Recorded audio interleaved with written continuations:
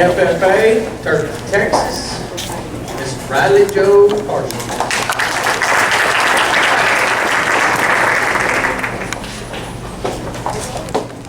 There is a spark in her eye as a curly-headed little girl fidgets in front of a panel of judges, anxiously waiting to present her first commercial steer speech. That spark was just the beginning, but a fire can be ignited from just a little spark.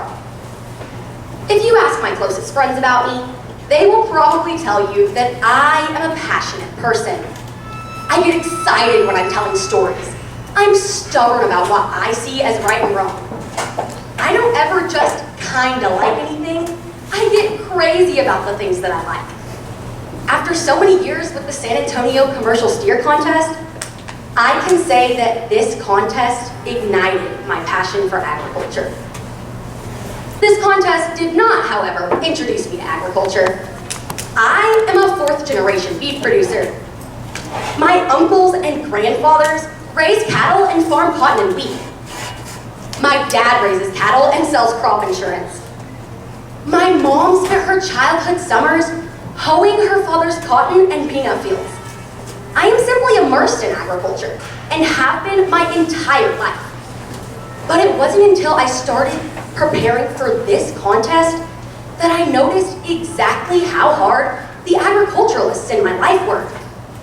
I saw the pride they take in a perfect field of cotton or a herd of calves ready for market.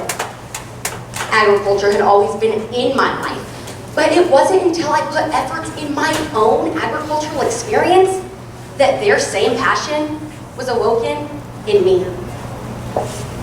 For me, the beef industry is something to get excited about.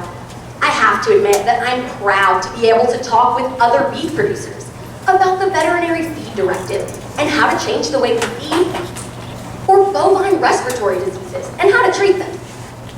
If I hear anyone speak negatively about the cattle industry, you can bet that I'm all over it, with enthusiasm about the progress the beef industry has made and continues to make. I try to reflect this progress when I talk about the cattle industry and when I raise my own calves.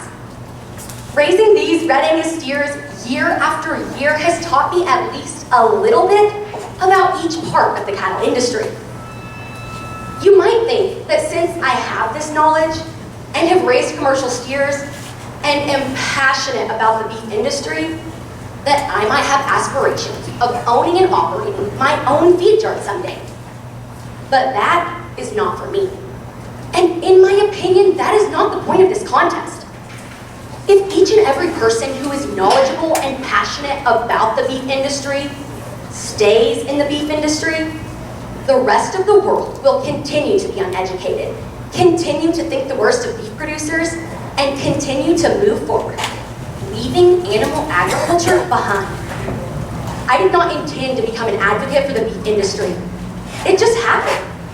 But I know that whether I become a business owner, lawyer, teacher, doctor, engineer, lobbyist, or astronaut, the people in my sphere of influence will have at least one person who is willing and able to educate them about the beef industry and the good work of agriculturalists. Mr. Matt, Mr. Blair, committee members, you should feel confident knowing that this contest has served its purpose. We are the future of the beef industry. We will be the ones making ag policy and fighting for the rights of our ranchers. We will be the ones educating and encouraging students to study agriculture. We will be the ones figuring out new ways to feed our growing population. And we will safeguard the future of the beef industry. Back to that curly-headed little girl. She has gained confidence, knowledge, and passion for her future. She has taken flight from that first speech, and this contest has become a part of who she is. That spark that was in my eye so many years ago certainly started a fire. Thank you.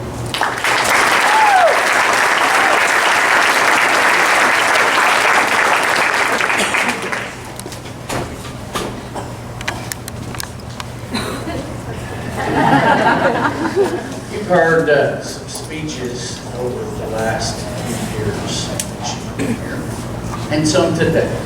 They talk about the number of cattle that we have, the supply of cattle. And you've heard speeches about what the effect of it has been on the price of cattle. I'm not really concerned with that. But as you've been in this long, tell me what some of the factors are that contributed to the rise and fall of the cattle numbers that we have in the United States. Yes, sir. All right, so we'll start about 2009. And I wasn't personally in this contest in 2009, but my older brother was. And at that time, cattle prices were about $1.15 a pound. And then the drought happened. People started selling off their herds because they didn't want to lose money, but there was still a demand for beef. So in 2014, prices skyrocketed. And then some people saw it as the prices fell, and some people see it as the prices began to return to normal. And so now the prices have gone from the skyrocketed point of 2014 back to a little higher than what they were before the drought happened and before people started selling off their herds. And as we start to return to our cattle numbers and try to put our herds back together, the prices have leveled out.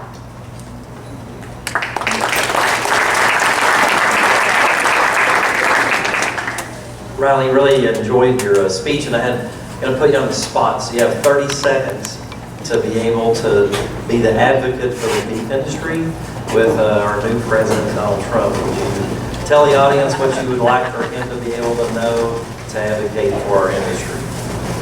All right.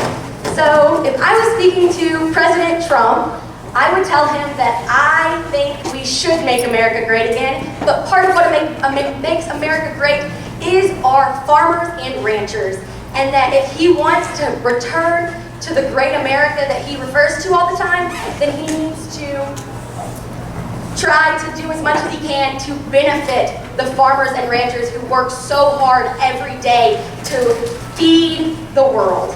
And if I was specifically advocating for the beef industry, I would explain to him the trials that ranchers go through every day, the risks we take in feeding cattle, the market that I just talked about, how much it fluctuates, and how we are still in the business, still working to feed America, and how we will continue to work to feed our growing population, and we should be supported. Ryleigh, thank you.